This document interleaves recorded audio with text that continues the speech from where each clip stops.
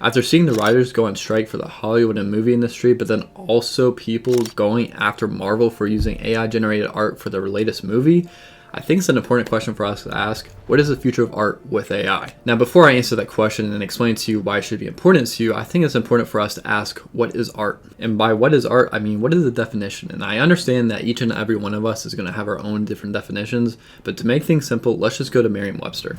Now, out of all these different definitions, I personally only agree with this one, but each and every one of us can have their own definition, but for the sake of this video, we're going to go with this definition. Now, with that definition of art, and for the scope of this video, I'm only going to be talking about visual art for the most part. There's different forms of art, whether it's dancing, music, culinary arts, copywriting, whatever you want to say. There's a lot of different arts, but like I said, just to keep this video short and simple and based on my expertise, it's going to be visual art related. Now, visual art has had its long history between the prehistoric era, the ancient era, Middle Ages, and then like they call it the isms, where it's modernism, realism, and all that stuff, all the way up to like today, where it's kind of like a contemporary art and all this like kind of weird types of art and everything. So for the most part, it's like, I don't know, we've only seen about like 5 different huge genres of art, but the latest art is honestly kind of weird for the most part. Like we go to artist museums and it's just like a blank canvas. It's like, oh, that's art, whatever.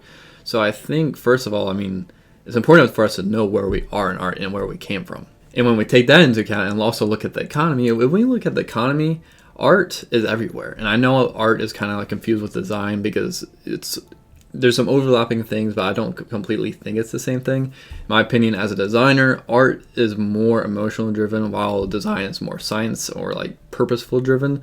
But there are some overlaps, and that's what creates, visually appealing, things around us. And we see this in movies, sports, TV shows, like just normal economic things. Even like a financial firm probably is going to have art or, design things all over it. Now, when you think about it that way, we're living in the most unique time and place in history where we see art everywhere. Like nowhere else in history have we seen this much art at one time. And then now, also with the development of AI and technology as it was, we have Stable Diffusion, we have DALL-E, we have Midjourney, we have all these different sorts of AIs that are only going to enhance the amount of art we're going to see on a daily basis. So now, instead of seeing like, some solid art from like solid guys, but then some good art and some great art from the great artist, we're all of a sudden we're going to see greatest artist all the time, no matter what. And so overall, I just think we're in a very, very weird scenario of where, like, just how art is, like we have, the historical visual side where it's starting to become almost a little bland by like, the common eye. But then when it comes to the economic side of everything, whereas sports, just financial stuff, like I said earlier, everything's getting more spruced up, looking cooler and better than ever. I don't know, we're just like in such a weird, unique time. Now, unique times brings unique opportunities, and that's what Rafiq Anadol did. He is an artist from, I don't know where he's from exactly, but he has his artwork in the New York Museum of Art, Modern Art, and his art there is like AI generated. So basically what he does is like, he relies on data sets to implement his AI to create art. So in a way, we could almost utilize, us humans could utilize art or AI to create more art. So it's almost like a paintbrush or a pen. AI is just, extension of that. So in a way, we're looking at art as a way of, you almost have to be competent enough with technology to express it. Now, Rafiq is a great artist, but when it comes to all the other creative visual specialists, like graphic designers and everything, what is the future for them? Right now, if we had a pie chart of what, visually creative specialists did, artists, designers, whatever you want to call them, I would say that 50% of them are probably designers, 25% are probably like AI or like copy and paste, kind of like Canva a little bit. And then the other 25% are like true artists, like right now or, like maybe like 5 years ago. But I'm willing to bet that in the future, everything's going to kind of shift around a little bit. I still think that 25% are going to be true artists for the most part. But then the other 25%, instead of being AI totally, it would be like artist AI, kind of like Rafiq, where it's like, hey, like you're utilizing AI to create more art. So I think we're going to see even more artists than before, like genuine artists. Now, when it comes to the other 50% that was designers before, I think designers are going to become just kind of like prompt engineers. Like they're going to become more engineers than designers before.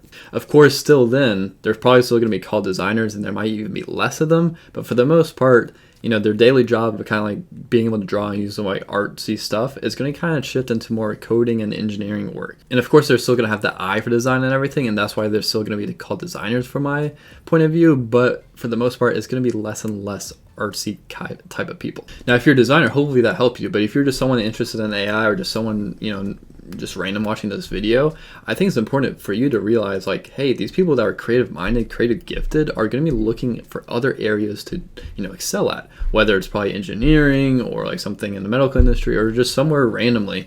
I think it's going to be important for them to kind of, open these new doors for them to have, a job. So to sum it all up, I think we're going to see even more artists, but just less designers. So I think overall we're going to see less and less like paid artist work, but then more and more just genuine actual art for the most part.